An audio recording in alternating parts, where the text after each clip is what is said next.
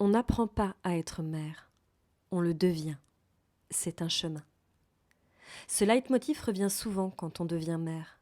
Quand je suis devenue mère, je me suis parfois sentie très seule dans ce chemin parsemé d'inconnus et il s'avérait parfois plus compliqué et difficile que je ne l'aurais cru. Quand j'ai écrit mon livre « Vie de femme, vie de mère », j'avais très envie d'aborder le sujet du burn-out maternel et des douleurs en lien avec la maternité. J'avais envie de libérer la parole des femmes, des mères, pour leur permettre d'oser dire et poser des mots sur une souffrance ou une expérience qu'elles mettaient sous silence. J'avais envie de transmettre ma parole de femme et d'apporter ma petite pierre à l'édifice, partager mon chemin de résilience, mes outils pour contribuer à plus d'alignement et de clarté dans la vie des femmes. Et c'est ainsi que j'ai construit ce petit questionnaire ludique pour partager l'expérience de différentes femmes, différents vécus, différentes approches. Si à l'écoute de ce podcast, vous avez vous aussi envie d'apporter votre pierre à l'édifice, alors contactez-moi en message privé. En attendant, je vous souhaite un beau voyage, un beau partage et une belle expérience. Je suis Mélissa Nittenberg, Shakti, femme louve, chamane, tisseuse d'histoire et chanteuse d'âme. Je lead, j'écoute, je transmets, j'inspire et j'éveille. Un peu sorcière, un peu selkie, un peu fée, je crée et guide les femmes à retrouver leur essence et à créer leur légende personnelle. Tisse ton histoire et retrouve ton plein pouvoir. Telle est ma devise.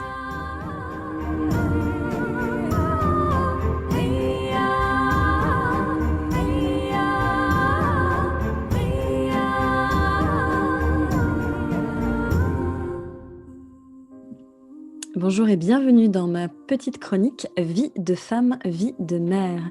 Et aujourd'hui, j'ai la joie de recevoir la lumineuse Kenza. Bonjour Kenza. Bonjour Mélissa. Alors Kenza, tu es maman Oui, et combien as-tu d'enfants? j'en ai 3. Ok, tu peux nous dire un peu les tranches d'âge, filles, garçons? Alors, j'ai 2 garçons Ouais, de 17 ans, ok, le premier, et le deuxième, il a 10 ans. ok. Et la dernière, une petite fille qui a juste 17 mois. Waouh. Quel écart! Il y a beaucoup d'écart entre eux, mais c'est notre petite étoile. Est-ce qu'il y a une particularité à ta vie de maman que tu as envie de nous partager? Quelque chose où tu te dis: «Tiens, oui, ça, c'est vrai que c'est ma particularité de maman, de ma famille»?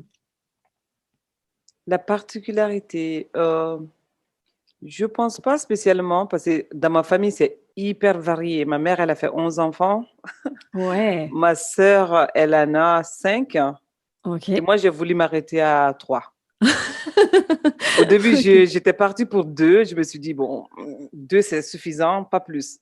Et après 10 ans, parce qu'il y a Ouais, carrément 9 ans d'écart entre les deux, ouais. donc je me suis décidée, je me suis dit, OK, une dernière pour la retraite. Et c'est tombé pile poil, c'était une fille. OK, ce que tu souhaitais? Tu souhaitais une fille? Ah oui, oui, Ah oui, oui, oui, oui, carrément. Ouais, il y a une grande différence entre d'avoir des garçons et des filles. Il y a énorme différence. Et puis, dans OK, une famille, je pense que c'est très, très bien d'avoir une fille parmi les OK, garçons. Mm. OK. On va commencer le questionnaire. Ma première question, c'est: quel est ton plus beau souvenir de maman? Ah, mon plus beau souvenir de maman. Je pense que c'est la première fois que mon fils m'a regardée. Ouais. L'amour que j'ai senti monter en moi, c'était la première fois que je ressentais ça, au fait. Mmh. Je pense que c'est la première fois que je suis devenue maman que j'ai appris à aimer. Waouh. C'est la source de mots aimés pour moi. Waouh, magnifique.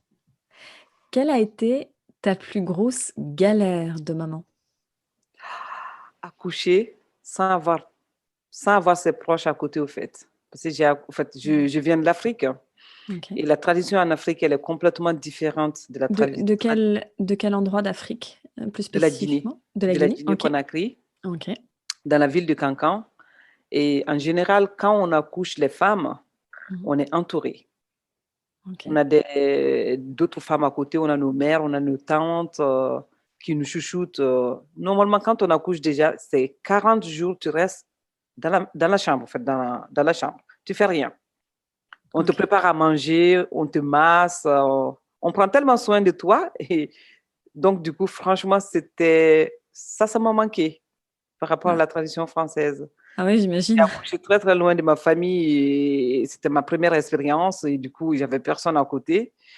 Et oui, ça a été le petit moment de, tu te dis, oh non, je ne vais pas y arriver, c'est pas possible. Hmm. Mais bon, ouais. Manque d'être entouré au fait. Ouais. Mm. Est-ce que l'image que tu avais des mères a changé avant d'avoir ton premier enfant et après quand tu as eu ton premier enfant? Et si oui, c'était quoi l'image, toi, que tu avais, d'être mère? Et c'était quoi le décalage, du coup, qui s'est passé pour toi? L'image avant d'être mère.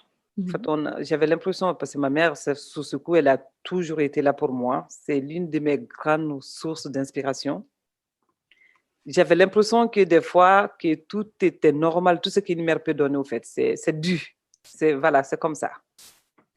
Et quand j'ai accouché, ça a changé. Je me suis dit, waouh, je ne me suis pas rendu compte que ma mère avait tout ça, tout ce qu'elle accomplissait à côté, et que ce soit moi, mes frères, mes sœurs, l'énergie que ça pouvait prendre. Je me disais, mais comment elle faisait pour trouver cette énergie-là, au fait? Donc, par moments, c'est vrai, quand j'avais des petits moments de faiblesse, je pense à ma mère, je me dis, non, non, non.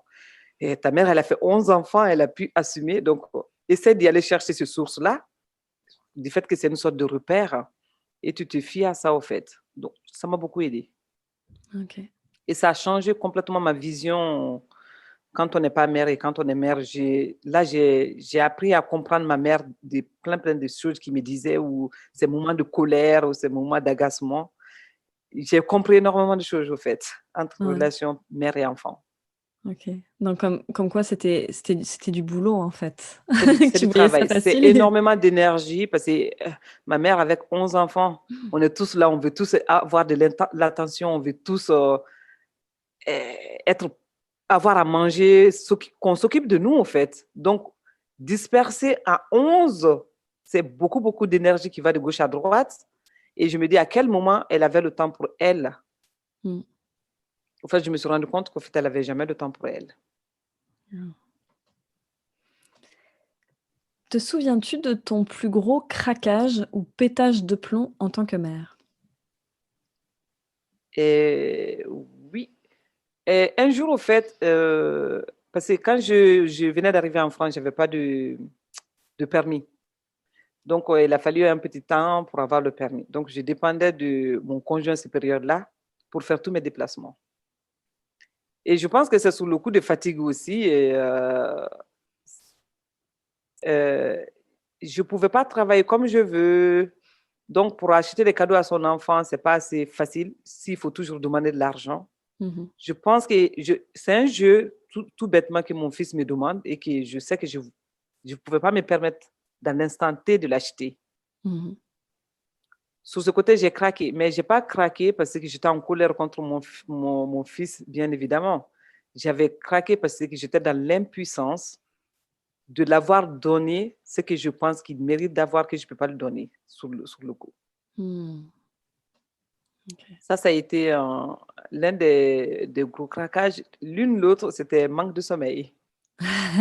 Parce que j'ai décidé à la naissance de mon fils de lui donner à téter.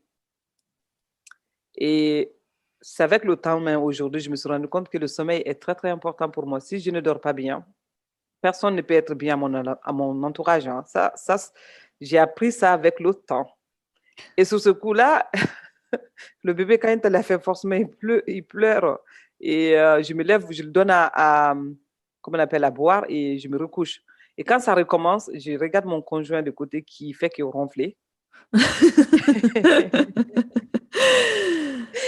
Et là, je l'ai pris, je l'ai secoué. Je dit, tu vas te réveiller, tu ne vas pas dormir parce que c'est n'importe quoi. Regarde, je suis en train de crever et toi, tu es en train de ronfler. Parce que j'ai envie de dormir comme toi aussi. Mais comme lui ne pouvait pas donner le sein, C'est moi qui ai le sein. Il me dit, mais qu'est-ce que tu veux que je fasse? Je dis, bon, donc je te pose ton fils dans les mains et puis tu te débrouilles. C'est ce que tu veux, mais là, j'ai vraiment besoin de repos. Ouais. Je pense que oui, c'est l'une des gros craquages que j'ai dû avoir en tant que mère. Quelle a été ta plus grande leçon sur ton chemin de maman? Hmm. Apprendre à aimer. Mmh. Je pense que ce mot, il va revenir. Apprendre à aimer. Parce que durant toute mon enfance, au fait, je pense que j'avais cette incompréhension par rapport à la culture que j'ai eue, Mmh. par rapport à mon entourage, que je n'étais pas assez aimée, au fait. Je n'étais pas assez aimée parce que souvent, les garçons sont plus mis en avant que les filles. Et vu que moi, je suis la deuxième de mon père et que, voilà, mon grand frère, on avait toutes les intentions vers lui. Et quand j'ai eu mon enfant, je pense que c'était la première fois dans ma vie, je me suis sentie aimée par le regard que mon fils posait sur moi, Mmh. par le sourire qui me faisait. Et franchement, ça a été la découverte du mot aimer, le mot amour pour moi. Waouh. Du coup, ce petit être, je devrais l'aimer. L'amour que je n'ai pas pu recevoir, je devrais le donner. Et ça a été le plus grand exercice aussi de ma vie, de le prendre dans mes bras, de lui dire que je l'aime. Ça, c'est le mot que je n'ai pas eu dans mon enfance. C'est des affections que je n'ai pas eues dans mon enfance. Donc, c'était l'exercice le plus complexe pour moi. Même jusqu'à aujourd'hui, j'y travaille. Parce que chaque enfant est bien évidemment différent. Qu'est-ce que tu aurais aimé qu'on te dise avant de devenir mère? Je pense que je t'aime, le mot aimer. Mmh. J'aurais aimé que mes parents me disent qu'ils m'aiment. J'aurais aimé qu'ils me disent que je suis la plus belle. J'aurais aimé qu'ils me prennent dans les bras. Oui, je pense que c'est ça. Mmh. Quel cadeau penses-tu le plus serviable à recevoir quand on est mère? Je pense que c'est toute l'affection qu'un enfant peut donner à sa mère. La relation, depuis dans le ventre déjà, parce que je pense que pour moi, c'est une grande confiance quand un enfant te choisit, parce qu'on est choisi par nos enfants. Il y a des milliers de spermatozoïdes qui se bagarrent, il y en a une qui arrive. Et je pense que c'est l'une des plus grandes confiances que l'enfant a mis en moi, hein, qui fait que, bah, pour moi, c'est indéfinissable, ce confiance-là. Mmh. Mm. Et qu'est-ce que, qu'est-ce que toi tu penses qui serait le plus bénéfique à une maman pour recevoir, comme cadeau, comme quelque chose pour l'aider et la soutenir en tant que mère? S'il y avait quelque chose que tu devais offrir à une autre femme qui est maman, ce serait quoi pour toi? Ça serait de trouver une autre mère qui m'explique un peu son expérience, même Mmh. si je sais que chaque femme a des expériences différentes. Mais quand on est préparé à quelque chose, quand on nous parle de l'expérience d'une personne, on apprend énormément en fait. Parce Mmh. que quand j'ai appris à être mère, j'avais aucune connaissance de tout ce qui pouvait être autour. Je voyais visuellement, c'est différent, parce qu'en Afrique, on voit les choses, Mmh. mais qu'on nous explique, il y a d'autres choses qu'on ne nous explique pas. Si on nous parle des expériences, Mmh. des rencontres, et je pense qu'après, peut-être j'aurais vécu différemment Mmh. ma propre situation, en fait. Mmh. Je pense Du que coup c'est la communication. mmh. Du coup, on revient au point de départ que tu disais, c'est le fait, toi, pour toi, ce qui est aussi le plus serviable à recevoir quand on est mère, c'est cet entourage et du coup Oui, ces paroles et oui. d'expliquer aussi les choses. D'expliquer. Parce que Mmh. souvent, on peut être bien entouré, mais si, il y a certains trucs intimes, si on n'explique pas, je pense Mmh. que c'est un peu, voilà, on apprend de soi-même. Je me Mmh. souviens quand j'ai appris la première fois, quand j'ai eu mes règles, Ouais. personne ne me l'avait expliqué. Mmh. Personne ne me l'avait expliqué et je ne savais pas comment faire. Et puis, c'est un grand moment de panique. Mmh. Bon, forcément, on se tourne sur ce moment-là, sur une personne qu'on a plus confiance, qui était mon homonyme supérieur là. Mais j'aurais aimé qu'on m'explique avant de l'avoir eu mes règles. Mmh. Donc, je pense qu'être mère, si on peut avoir comme quand j'ai lu ton livre, du coup, il y a énormément de choses que j'ai appris dedans, que j'ai vécues, Mm. mais que je ne savais pas.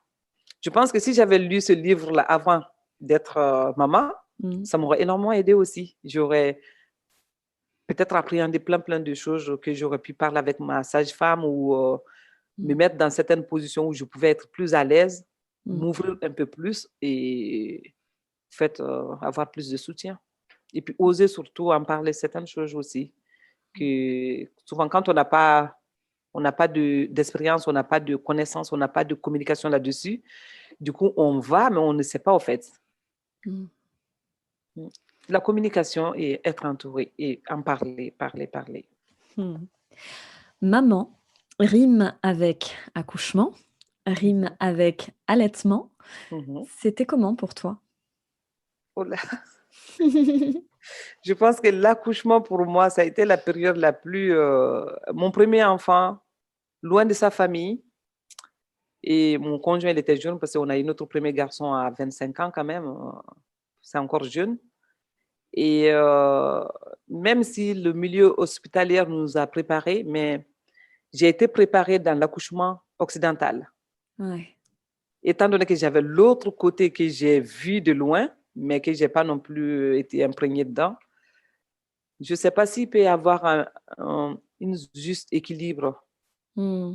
par rapport à notre origine, au fait, de notre origine et les règles générales de l'accouchement, je pense aussi, c'est Mm. ça. Parce qu'il y a des, comment on appelle, les règles que les sages-femmes sont obligées d'appliquer. Et puis, nous, on a été élevés dans un autre contexte. J'ai entendu certaines choses qui est complètement différent. Donc, peut-être il faut avoir une communication là-dessus, en fonction de chaque personne, parce qu'on ne peut pas mettre tout le monde dans le même panier, au fait. Mm. Et du coup, toi, sur les 3 accouchements, tu as eu 3 accouchements différents. Comment ça s'est passé? Oui, j'ai eu Ouais. 3 accouchements différents. Et le premier, j'ai perdu ma poche de os. Donc, Mhm. du coup, je me suis dit, oh, c'est pas bon. C'est, il y a quelque chose qui ne va pas. Mais j'ai vu que j'ai fait du sport de haut niveau. J'ai eu le calme de quand même prendre une bonne douche pour être propre avant d'y aller à la maternité. Et ça a duré 10 heures. Ok. Le bébé ne descendait pas comme il fallait. Et puis, moi, au niveau de la douleur, je ne supporte pas. Je suis forte. Je suis une femme forte. Mais je ne supporte pas la douleur. Je pense que ça, je me suis toujours dit, mais comment tu peux être forte dans la vie, mais la douleur, tu ne supportes pas. Mais avec la péridurale, au final, on a fini par le faire et j'ai failli avoir le césarienne, mais Ok. j'ai dit insister. Parce que les médecins ils disaient que non, il faut qu'on l'amène au bloc tout de suite. Je me suis dit non, je ne veux pas y aller au bloc, je vais accoucher comme ma mère, parce que ma mère, elle a pas eu de césarienne, au fait. Et c'était en Afrique, elle n'avait pas tout ce que les Mm. femmes peuvent avoir ici. Je dis donc, on va essayer. Il me disait, mais non, mais si vous insistez, on va essayer de le faire, mais dans ce cas, il faut quand même que quelqu'un signe quelque chose au cas où, parce qu'il ne voulait Mm. pas avoir la responsabilité s'il s'est passé quelque chose. Je dis, OK. Et je les ai demandé de masser, d'essayer de masser du haut du ventre pour pousser vers le bas, pour que le bébé puisse descendre. Vu que j'avais des abdos aussi assez fortes, donc pour les femmes sportives, c'est un peu compliqué en l'accouchement. Mhm. Donc, j'ai insisté et le médecin m'a écouté par contre. Il a vraiment, j'ai adoré mon gynécologue ce jour-là parce qu'il a été à l'écoute. Donc, on va essayer quand même, vu que c'est une Africaine qui vient d'une autre culture. Donc, on va essayer d'y aller vers son envie au fait. Et au Mhm. final, j'ai fini par accoucher normalement. Ok. Mais si je n'insistais pas, j'aurais eu la La césarienne. césarienne. Et le deuxième?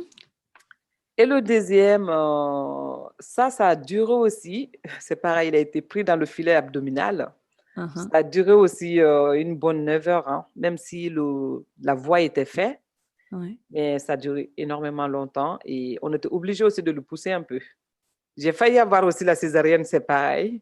Le médecin disait à un moment, on ne peut pas prendre le risque, il faut qu'on aille. Je lui dis, non, non, non, non, non, on a fait ça pour le premier, donc on va essayer la technique. Si la technique ne marche pas, donc dans ce cas, j'accepterai la césarienne.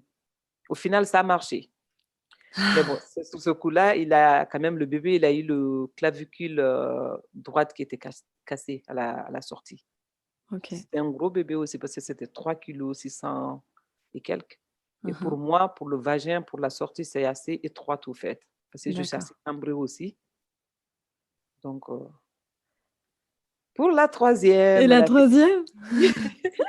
bah, pour la troisième, je m'étais tellement préparée suite à l'expérience des 2 Mmh.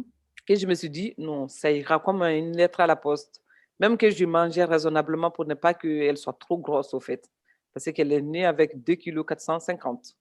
Donc c'était vraiment pas grosse. Mais par contre, elle était tellement bien là où elle est qu'elle voulait pas sortir. La petite, elle voulait pas, elle était trop bien parce elle a mené jusqu'au thème. Mmh. Et sur le coup, on a déclenché quand même pour qu'elle puisse, être évacuée. Sauf que la péridurale, ils ont ouvert une brèche, ça s'appelle brèche? Brèche, Une ouais, brèche, oui, dans le dos. ouais, Normalement, la péridurale, c'est qu'il pique entre les 2 colonnes vertébrales, au fait. ouais. L'aiguille est partie trop loin et du coup, je sentais plus mes jambes. Ça montait et puis, je pouvais même pas m'asseoir, au fait. Donc ils étaient obligés d'attendre que la péridurale passe. Ils ont réessayé une deuxième, rebelote. Donc ils ont dû appeler quelqu'un d'autre. Je pense que c'était un nouveau, en fait, c'était des étudiants en fait qui s'exerçaient pour la première fois. Et il y a un spécialiste qui est venu cette fois-ci, qui a piqué juste ce qu'il faut. Mais j'ai pas osé, à chaque contraction, j'ai pas osé mettre la dose.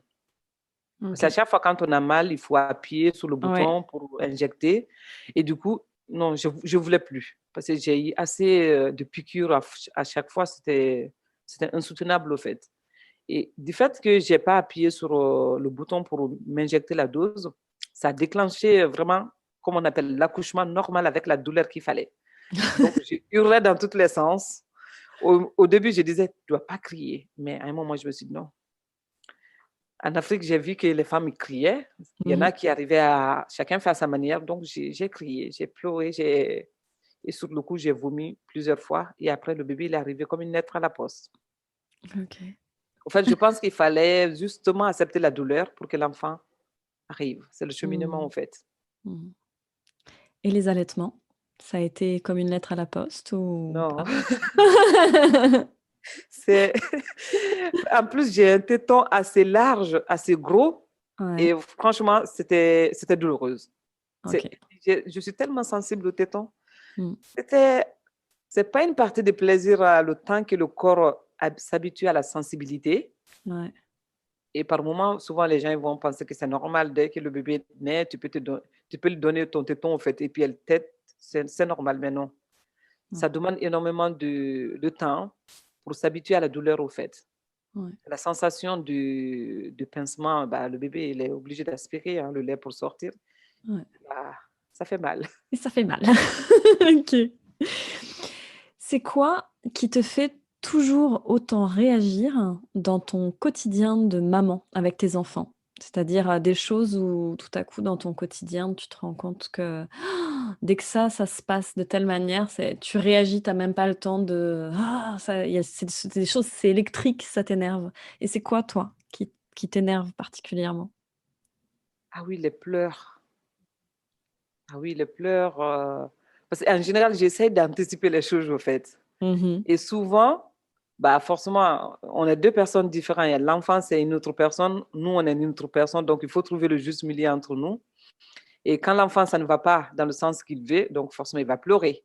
Mmh. Et bah, quand il pleure, maintenant, j'essaie de respirer, inspire. Voilà, et puis je demande: «Qu'est-ce que tu veux? Qu'est-ce que j'ai pas en fait, qu'est-ce qui ne va pas?» J'essaie de mais dans le temps, ça aurait pu, oui, m'énerver énormément. Ouais, Parce que je pense que c'est dû aussi à une expérience, d'enfance, qui à OK. chaque fois quand on pleurait, ah non, mon père ne supportait pas le pleurs d'un enfant et Ouais. tu te prends des fessées fortement. Tu te prends vraiment des fessées. Quand je te dis des fessées, tu te prends des fessées. Mmh mh. Et donc à chaque fois quand mon enfant pleure, il faut que j'ai un temps de réaction, mais j'essaie de me stopper. Parce Ouais, que si je ne me stoppe pas, c'est mon enfance qui va prendre le dessus, au fait. Et OK, j'ai pas envie de rentrer dedans. Donc OK. c'est un peu, ouais, ça, c'est pas évident de faire abstraction à notre enfance et puis donner l'éducation juste à l'enfant. C'est pas Ouais, évident. OK. Que penses-tu avoir dépassé en tant que mère? Ah ouais. Mmh. Ça, je pense, c'est contenir mes colères. OK. Oui. Parce que dans mon éducation, c'est complètement différent de ce que je donne à mes enfants aujourd'hui. Mmh. Comme je disais tout à l'heure, c'est faire abstraction à mon enfance. Mmh. C'est quand je prends mon enfance, je me trouve dans l'enfant battu. Mais l'enfant battu sur tous les thèmes, parce que quand les parents te disent fais ça, si tu ne le fais pas, on va te taper. On ne va pas t'expliquer pourquoi ils ne peuvent pas le faire. Ça va s'exprimer, c'est moi qui, je dis, quand c'est comme ça, c'est comme ça. OK. Et avec mes enfants, c'est qu'il faut que j'arrive à laisser cette énergie-là, parce que cette énergie-là, elle est à moi, en fait. Mmh. Dès que les choses ne vont pas comme il faut, cette énergie-là va commencer à s'exprimer dans ma tête. Mmh. Avant que ça arrive, il faut que je la stoppe. Et puis Mmh. après, je reviens dans le monde où je suis, dans le monde où j'ai vu et que j'ai Mmh. remarqué que les enfants ont une autre vie. Et Mmh. voilà, essayer d'adopter ça à mes enfants. OK. Ça, c'est oui. C'est, je pense que c'est un exercice de tous les jours hein, que, Ouais. voilà, ça dépend des situations parce que ça va réjaillir tous, chaque fois. Et puis, à chaque fois, il faut canaliser et puis Mmh. trouver les bonnes mesures. Quelle est la première chose que tu fais pour souffler et te ressourcer? Avant, quand j'avais mon premier garçon, c'était quand il fait la sieste, j'allais courir. Parce que c'était un moment pour moi de liberté. Oh, je cours, c'est vrai. Je respire de l'air frais, tout va bien. Mais maintenant, avec Tania, je mets la musique. La musique, ça me fait énormément de bien. Je suis rentrée dedans actuellement. La musique, la méditation et la respiration. Mmh. En plus, moi, j'ai un problème cardiaque, comme tu le sais. Et du coup, j'ai fait énormément de respiration de tout ce qui est cohérence cardiaque. Ouais. Ouais, et ça me fait énormément de bien, en fait. Yes. Parce que quand on est maman, des fois, je pense qu'on oublie d'aspirer. Mmh. On a tellement envie d'être partout, de tout faire bien, que la journée, on n'aspire vraiment pas. On pense qu'on respire, mais on ne respire pas. Mmh. Donc maintenant, je prends le temps pour moi de faire la visualisation et la respiration de fréquence cohérence cardiaque. Et ça me fait énormément de bien. Yes. Je suis sûre que ça va inspirer plein de mamans qui vont nous écouter. J'espère. À quand remonte ta dernière soirée juste pour toi? Ah. Mmh. Bah, avec les copines, depuis le coronavirus, c'est vrai que j'ai pas souvent ce temps-là. Mais en général, je me dégage obligatoirement le temps pour ça. OK. Parce que c'est primordial pour moi, par moment, de passer du temps avec des copines, de rigoler, soit d'y aller danser ou prendre un verre dans un restaurant, parler de tout, de rien. Et, bah, depuis le coronavirus, c'est un peu compliqué. Mmh.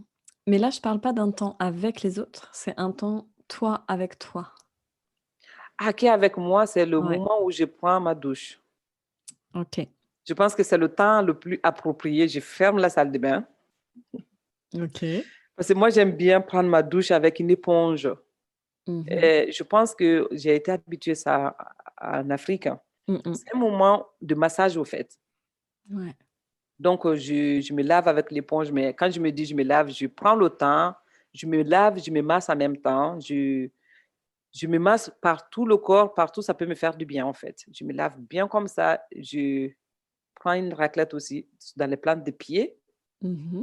Je gratte, mais je gratte avec une sensation de massage, au fait. D'accord. J'adore ça dans le creux de notre pomme de pied. Mmh. Et après, c'est le moment où je me mets la crème. Moi, tu ne me verras jamais dans la journée prendre une douche sans crème, c'est pas possible. OK. Je pense que ce crème-là aussi va avec le massage parce que je me masse, je me fais du bien. C'est automassage au fait, tout simplement. OK. Si je prends une douche sans appliquer la crème derrière, c'est pas complet. OK. Donc, le temps pour moi, c'est à chaque fois quand je prends ma douche. C'est OK. vraiment un temps pour moi. Je ne veux personne dans la salle de bain. OK. Donc ça, c'est un rituel que tu fais avec toi le soir Le et que soir tu ou as le avec toi? matin. Mm. Mmh. Si je sens que le matin, j'ai du mal à me réveiller, je suis fatiguée, je vais le faire. OK. Et le soir, si je sens que j'ai une grande journée, je vais le faire aussi parce qu'après, je dors énormément bien. À quand remonte ton dernier week-end? Donc je précise, un week-end, c'est bien 2 jours consécutifs sans les enfants et avec, des copines, voilà. Alors je sais que là, avec la situation, c'est un petit peu compliqué, Ah oui, oui, oui, oui, ça mais remonte depuis longtemps. ça remonte à longtemps, avant la naissance de Tania ou? Oui, avant la naissance de Tania, oui, oui, oui. OK, Qu'avec, oui, oui. Je OK. pense que ça, c'est un temps aussi par rapport à mon travail que je ne me suis pas donné. Mmh. Parce que quand on fait la photographie, c'est beaucoup aussi le week-end, des Mmh. mariages, tout. Ouais. Ouais, mais je vais quand même noter, hein. C'est à noter, oui. Il faut que je trouve, je pense que je vais le faire bientôt parce que je vais en Afrique le 12 février, si Mmh. tout va bien, s'il n'y a pas eu de Si c'est possible. changement. Donc, ma mère est là-bas. Ouais. Je prendrai le temps. Oui. Mmh. En plus, comme c'est le copine que je n'ai pas vu depuis longtemps, donc voilà. Parfois, tu sais qu'il faudrait pas le faire, mais c'est plus fort que toi, tu le fais quand même pour tes enfants. Et pour toi, c'est quoi? Ah, souvent, quand ils ont des caprices qui veulent bah, jouer sur un jeu Mmh. ou regarder la télé, ils ne veulent pas se coucher. Mmh. Et voilà, des fois, bah, je craque. Je craque et je lâche. Je Je laisse, lâche. Je me dis, bon, ok, bah, c'est parce que c'est vrai, tout le temps aussi être strict, après, c'est pas bon non mmh, plus mmh. pour la relation. Donc, oui, des fois, je craque. Mais est-ce qu'il y a des petites choses que tu fais à la place d'eux, en fait? C'est où tu les laisses pas faire? Un peu comme une maman qui, je sais pas, va mettre les chaussures ou Ah va oui, préparer tel truc et tu sais qu'ils ils peuvent le faire tout seuls, mais tu le fais quand même et tu sais que tu devrais pas le faire parce que ça l'aide pas, mais tu le fais quand même. Et toi, c'est ah quoi? oui. Bah, pour le grand, les deux grands plus maintenant, parce qu'ils ont quand même 10. Mais pour la Mmh. petite, bah, c'est que maintenant, elle apprend à mettre sa chaussure. Elle est Ouais, très, très intelligente, ma fille, parce qu'elle a que 17 mois, hein, 17 mois et ouais. quelques jours. Mais bon, si je la laisse faire, elle va y arriver. Mmh mh. Mais des fois, oui, je craque, je le fais pour y aller plus vite. Ouais, ouais, ouais. C'est ça, en fait. Mais c'est vrai que c'est pas bien parce qu'elle, elle est elle a un apprentissage, au fait. Un Elle veut découvrir apprentissage, les ouais. choses, donc il faut la laisser découvrir d'elle-même. Quelle est la chose dont tu es la plus fière en tant que mère? Ah, ça, c'est de gérer mes 3 enfants. Mmh. Ça, d'être toute seule, Ouais. de gérer mes 3 enfants, ils font les études. Mmh Bon, mh. ils ne sont pas tous au même niveau, au niveau de... Il y en a qui aiment les études plus que d'autres. Mmh mh. Ils sont polis. Je vois qu'ils prennent soin d'eux au niveau de la propriété et tout. Ils deviennent autonomes. Et franchement, je suis fière de moi quand je les regarde. Je dis, c'est moi, c'est mon fils. C'est trop. Qui font Ouais. certaines choses. Je vois qu'ils sont hyper intelligents et j'arrive à les laisser vivre leur vie. Mmh. Il y a la vie de maman que les règles que je les impose, mais je les laisse aussi vivre leur vie. Mmh. J'accepte et on s'explique là-dessus et je pense que c'est une fierté pour moi. De faire ça toute seule, c'est pas évident, même si je sais que je suis entourée, mais je suis quand même tout le temps, tout le temps, tout le temps avec eux, au fait. Et de voir qu'on a la joie, on s'amuse, on rigole ensemble et Mmh. c'est super. Vie de femme, vie de mère, vie de couple. C'est quoi ton expérience de couple? Mon expérience de couple, bah, en fait, en général, avec mon mari, ça c'est je pense que j'avais aussi tellement de modèles, que ce soit par la télé ou dans les magazines que je lisais. J'ai essayé d'avoir une vie de femme et une vie de couple à côté. OK. Parce que si on n'est que maman, maman, à un moment, le couple ne tient pas, hein, Mmh mh. et c'est pas bon. Donc, moi, je m'étais organisée à ma manière, au fait. Il y a des moments, il faut trouver des nounous ou des tantes ou des cousins ou je sais pas, Mmh mh. et avoir le temps pour nous. Mmh mh. Que ce soit des sorties ou euh, des balades ou faire du sport ensemble. En tout cas, partager quelque chose ensemble qui est OK. complètement à l'écart des enfants. ou y aller en week-end carrément, hein, pour 2 jours. Qu'est-ce qui fait que pour toi, parce que du coup, tu n'es plus en couple actuellement. Est-ce que Mm. enfin, tu es en couple actuellement ou pas avec, Oui, oui? OK, je suis en OK. couple. Donc c'est ça qui est important pour toi, c'est de garder, en fait, ces moments-là? Oui, au fait, Ouais, avec mon compagnon actuel, on a trouvé, pour l'instant, on trouve notre équilibre dedans. OK. Lui, il a 2 enfants, un qui a 20 ans, l'autre qui a 13. Moi, j'ai 3 enfants, 17 ans, 10 ans, 17 mois. Ouais. Comme je viens de le rencontrer il y a 5 mois, Mmh. on a trouvé judicieux pour l'instant qu'on construit notre vie de couple Mmh. sans nos enfants. Mmh. Donc, ça ne va pas être se précipiter pour présenter les enfants ou vivre avec les enfants, mais on va apprendre pour l'instant à construire notre vie de couple, faire Mmh. nos sorties entre nous. Je l'invite à manger, il m'invite à manger. On apprend à se découvrir sans Mmh. nos enfants. Mmh. Après, le temps viendra, tout simplement aussi, pour les Mmh. enfants. On a besoin de se connaître, de connaître l'envie de l'autre, ce qui est possible, ce qui n'est pas possible, voilà. Mmh. Mais franchement, je pense que ça fait mon équilibre royalement. En plus, il est tellement gentil, il est bienveillant, c'est super. Ouais. Parce que pour toi, dans l'arrivée d'un enfant, quand tu étais avec tes précédents partenaires, c'est quoi qui a été est-ce que c'était facile ou ça a été compliqué l'arrivée de l'enfant dans le couple pour toi? Ça a Si, été ça a été comment? compliqué. Mmh. Parce qu'il faut dire que quand on n'a pas d'enfant à la maison, tu peux faire l'amour où tu veux, quand tu veux. Voilà. Mmh. Après, quand tu as un enfant, c'est bizarre parce que tu as l'impression qu'il y a quelqu'un à côté, au fait, que l'enfant a la conscience de ce qui se passe ou de ce qui ne se passe pas. Il y a ce sentiment-là, au fait. Mmh. Donc, essayer de faire abstrait à ça, ça n'a été pas évident pour moi, au fait. Mmh. Mm. Mmh. Et puis, le temps aussi pour qu'on puisse prendre pour nous. Mmh. Sans l'enfant, il y a tout Mmh. ça. Et voilà, ça, c'est oui. As-tu une personne à qui tu peux confier tes enfants les yeux fermés? Oui, ça, c'est ma marraine. Ah! Oui. Ça, je pense que ça, c'est l'une des chances énormes que j'ai eues dans ma vie. Dans la vie, c'est important de s'entourer. Personne n'est parfait. On ne peut pas avoir une personne sur cette terre qu'on va dire qu'il a 0 défaut. Il n'y en a pas. Mmh. Donc, quand je suis arrivée en France, il y a plus de 20 ans de cela, je connais cette dame avec sa famille.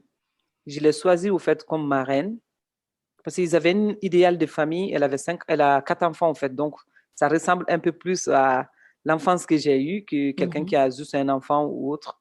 Et j'ai appris à connaître cette dame. Elle a appris à me connaître. Même quand je vais aller en Afrique le mois de février, c'est elle qui va garder mon garçon. OK. Ça, oui, 100%, sans hésiter. Mmh. Perfectionniste, exigeante ou contrôlante? Entre ces 3 mots, lequel te parle le plus et pourquoi? Exigeante. OK. J'ai un côté perfectionniste aussi, mais l'exigence, pourquoi ça me parle beaucoup? Parce qu'en fait, je l'ai énormément avec moi-même. Mmh. Mais maintenant, j'essaie quand même aussi de d'oser, de dire que tout le monde ne peut pas être moi, donc de conjuguer avec les autres. Je pense qu'avant, ça mettait pas mal d'électricité dans mes relations. Parce que j'étais tellement exigeante avec moi-même que si quelqu'un me donne un rendez-vous, s'il ne venait pas exactement à cette heure-là, je vais me fâcher. Mmh mh. Et s'il dit, il va faire quelque chose en amitié, si tu ne le fais pas, c'est pas bon. Mmh. Parce que je me dis, quand tu dis, tu dois le faire. Mmh. Donc, ouais, j'ai appris à modérer mon exigence parce que bon, il y a la vie, les entourages, on ne peut pas non plus, voilà. Tout le monde ne peut pas être comme nous. Dans ta vie de mère, qu'aurais-tu aimé changer ou faire différemment? Non, je pense que non, je change rien. OK. Oui, je change rien. Je peux m'améliorer, Mmh mh. mais je ne change rien de ce que j'essaie d'apprendre à mes enfants. Le respect des autres, l'écoute des autres, prendre soin d'eux, d'eux-mêmes. s'aimer eux-mêmes. Parce que je pense que s'aimer soi-même, c'est très, très important. Si on ne s'aime pas soi-même, on ne peut pas aimer les autres. Et c'est la plus grande des leçons que mes enfants m'ont donnée. Donc, non, je peux m'améliorer, mais je ne change rien. Ok. Et enfin, dernière question, quel est ton prochain rêve de femme? Alors là, mon prochain rêve de femme, rêve de femme, on est bien Oui, d'accord? on est bien d'accord. Bah, c'est développer mon entreprise. Ok. Ça, c'est mon 4e bébé. Développer mon entreprise sur tous les plans, voyager, explorer le monde. Parce qu'on a énormément de choses à explorer dans ce monde-là. Ok. Il y a une petite tradition dans cette chronique, c'est que je tire au sort des questions que des femmes qui sont mères ou d'autres qui ne sont pas mères ont décidé de poser sans tabou à une autre femme qui est maman. Et donc, je tire au sort une petite question pour toi.